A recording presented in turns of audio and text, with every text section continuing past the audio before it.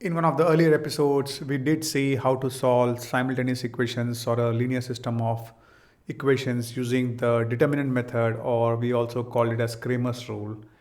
And we know in the context of metrics and determinants, we can solve simultaneous equations using few methods.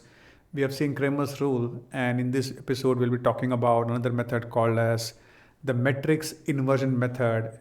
And if you recall, just before this episode, I had spoken about inverse of a matrix, and I told you that we'll be using that in calculating or solving the simultaneous equation using this method. So we will use this formula, which we kind of understood how to use it using what does inverse of a matrix means in that context, and we'll apply it over here. So let's see what this rule is and how this rule is different from solving this same set of equations using Cramer's rule, which is also called as determinant method, or basically the rule is for finding x, y, and z. If you remember, we were taking the ratio of two determinants like x is equal to dx by dy is equal to dy by d, and so on and so forth. Okay, let's understand how matrix inversion method works. Okay, there are different steps to that. We'll go through the steps quickly, and then we can take a couple of live problems and try to solve that. Okay, the first and foremost thing is once you have the system of linear equations, in this case we have got two equations and two unknowns. We have got two equations and two unknowns, and our objective is to find the values of x and y over here. The very first thing we do is, whenever this is how the equation will be given, equation 1 and equation 2. The first thing that we do is express these equations in a matrix notation format or a compact format, which is this format where everything is expressed in the matrix brackets. And like we know, quick refresher, the coefficients of this x and y unknown variables, once you form the coefficient matrix or the matrix with their coefficient, it is called as coefficient matrix. And whatever are the unknowns, it's called as a variable matrix. And on the other side of the equal sign, whatever constants you have, that's called as the constant matrix. And our objective is to find the values of x and y so that these equations are satisfied. That's how we look into that. Okay, the same example that we can see in terms of three equations and three unknowns. We have equation 1, we have equation 2, and we have equation 3. So this has three equations and three unknowns, and the unknowns are x, y, and z. And the same thing we do. The first step is to express them in terms of matrix notation, where we have the coefficient matrix, which is all of the coefficients before the equal sign on the left side of the equal sign. Then we have the unknown variable matrix x, y, z, and we have to find the values of each of this. And on the right hand side from here, we have the constant matrix, which is given by this. So first thing is we formulate that in terms of step 1. In step 2, we take this ax is equal to b, and we come to the step 2, which is pretty much expressing that ax is equal to b in this format. If ax is equal to b, then x is a inverse of b. And this you can understand as if you are trying to solve a simple algebraic expression. For example, let's say if you have 5x is equal to 10, for example, the simple algebraic expression. And if you want to find the value of x, what we do is we divide both sides by 5. So we get x is equal to 10 by 5. And this also can be expressed as 5 to the power of negative 1 into 10, right? The same concept. So we are trying to bring the unknown matrix on one side, and we are transferring this on the other side. In the world of determinants and matrices, technically there is nothing called as dividing by a matrix. We don't have something called dividing by a matrix in a way. We don't divide by the matrix A, sorry, this is a determinant, sorry. So we don't divide by a matrix, and we have seen that the equivalent of that is taking inverse. So although we write this as a to the power minus 1, it's not to the power, it's just a way of notation, and what it basically means is taking the inverse of the given matrix. So based on that, we get this logic where if ax is equal to b from step 1, then we kind of get the unknowns on one side. This is the unknown matrix, this one over here. And this will be equal to A inverse, whatever is the given matrix, coefficient matrix, the inverse of that matrix multiplied by the constant of matrix. This is the constant matrix, so this is the B. Okay, this is not the X, so we just multiply it. That's how we get. And we know from the last two episodes how to calculate the inverse of a given matrix. The inverse of a given matrix is given by 1 over the determinant into adjoint of that matrix for which we need to find the inverse, right? So A inverse is equal to 1 over determinant into adjoint of A, and we know this determinant cannot be 0 because we need the solution to exist. If the 0 comes in the denominator, it will become undefined. So the determinant cannot be 0, and that's I have been repeating for pretty much all the instances. And what we do is, once we get this A inverse based on the logic that we have understood in the previous 2 episodes on how to calculate that, first we calculate the determinant and then we calculate the adjoint, which is a mathematical computation by itself. Once we get this value, what we do is we take this value and put it back in this equation, which we have the A inverse, and we simply multiply it by the constant output matrix to get the value of X, and then we equate. We'll have three values within the, we'll have three elements within the unknown matrix, 1, 2 and 3, and each one will map to X, Y and Z variables for which we are trying to find. And always, as a quick check and quick habit, we should take these values that we find on X, Y, Z and put it back in one of the equations, these equations or any of the given equations, to make sure that the left hand side is equal to the right hand side, so that we know that our calculation is correct or have we done any mistakes. So that's always a quick way to check that. Now let's try to apply these steps once more on a couple of problems. The first problem is we take a 2 by 2 matrix and or the 2 equations and 2 unknowns, and then we'll go with a 3 equation and 3 unknowns. Okay, so let's say we have the problem as given. We have equation 1 over here and we have equation 2 over here, and this is a classic example of 2 equations and 2 unknowns, and our objective is to find the value of X and Y, and we have to use the matrix inversion method or inverse matrix method, which is what is given by this formula. The value of unknowns or the matrix of unknowns is equal to A inverse multiplied by the constant matrix, which is B.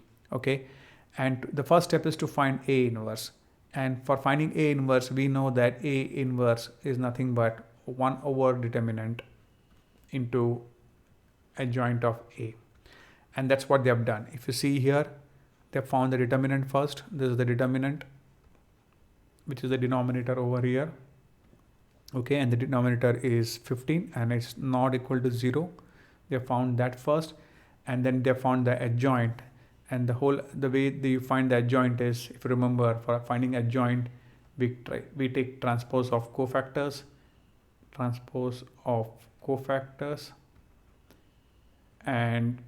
transpose of cofactors is nothing but signed matrix of minus. And what does that mean? Like I said, we apply, if you remember, we have that cheat sheet where we alternate the plus or minus sign, where all the diagonal elements are positive and everything else is negative. We assign that to a matrix of minus given by M.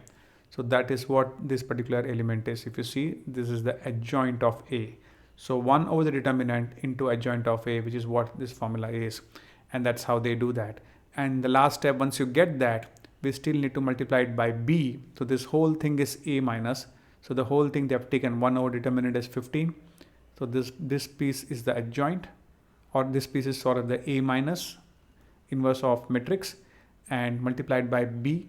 B is nothing but the constant matrix, and you multiply this. So once you multiply this matrix and finally compute, you'll get two values in the matrix format. The first value will be equal to the X value, and the second value will be equal to the Y value. And then you take those values and try to put it back in one of the equations to make sure the left hand side and the value on the right hand side match, to make sure your calculations are correct. That's how it is kind of done.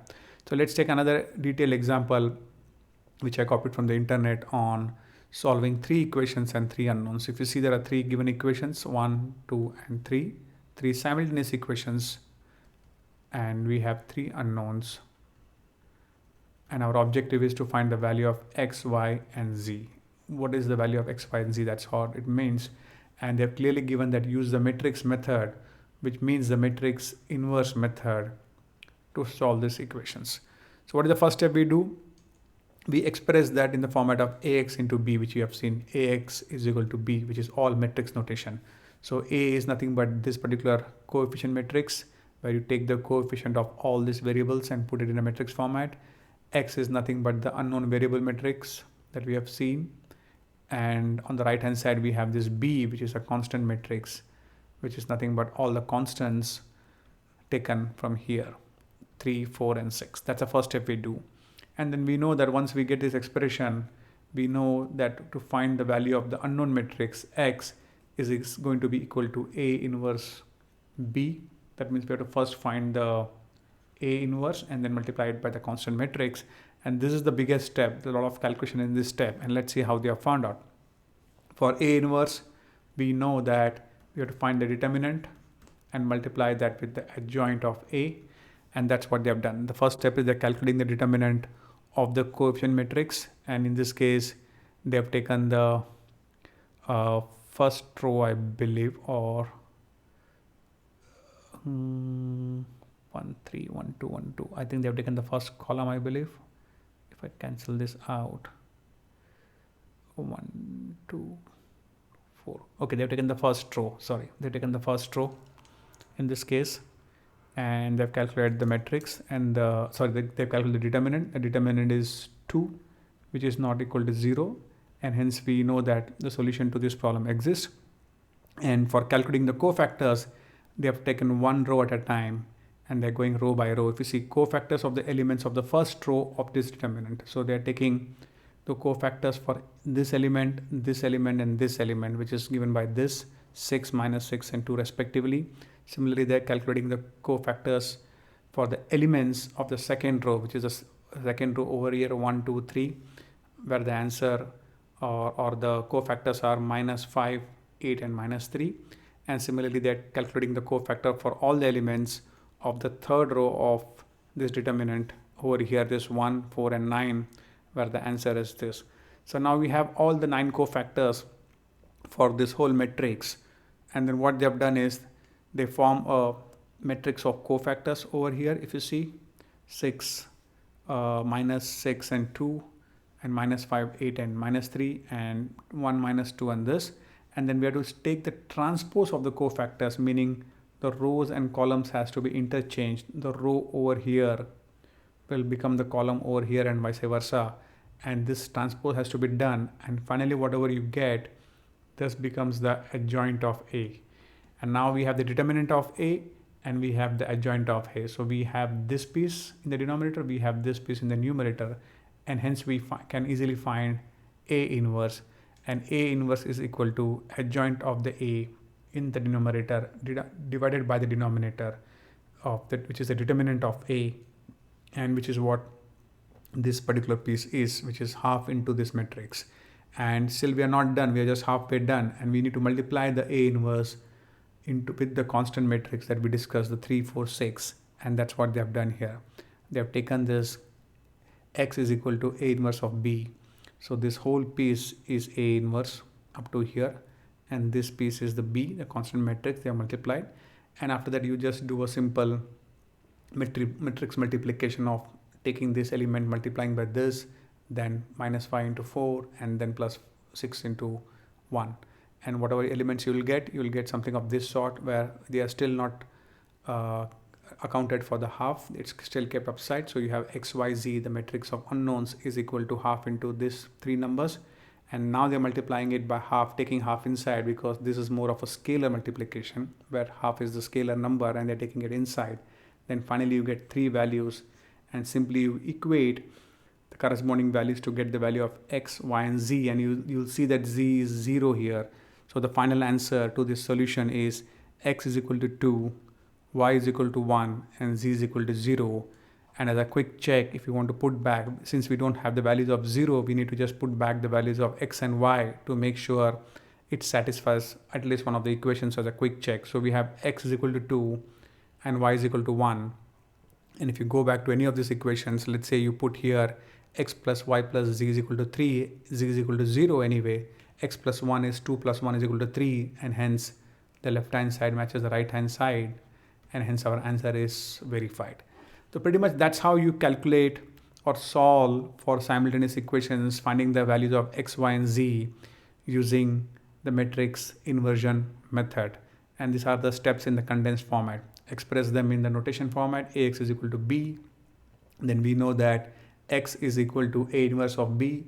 You first, as a first step and a major step, find the value of A inverse carefully, and then you multiply it by the constant matrix to get the value of x, y, and z, and take those values and put it back into one of the three given equations and verify that the left hand side is equal to right hand side.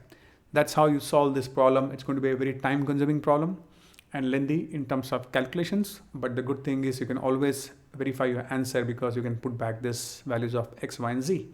So that pretty much is a wrap up on solving or simultaneous equations using the matrix inversion method.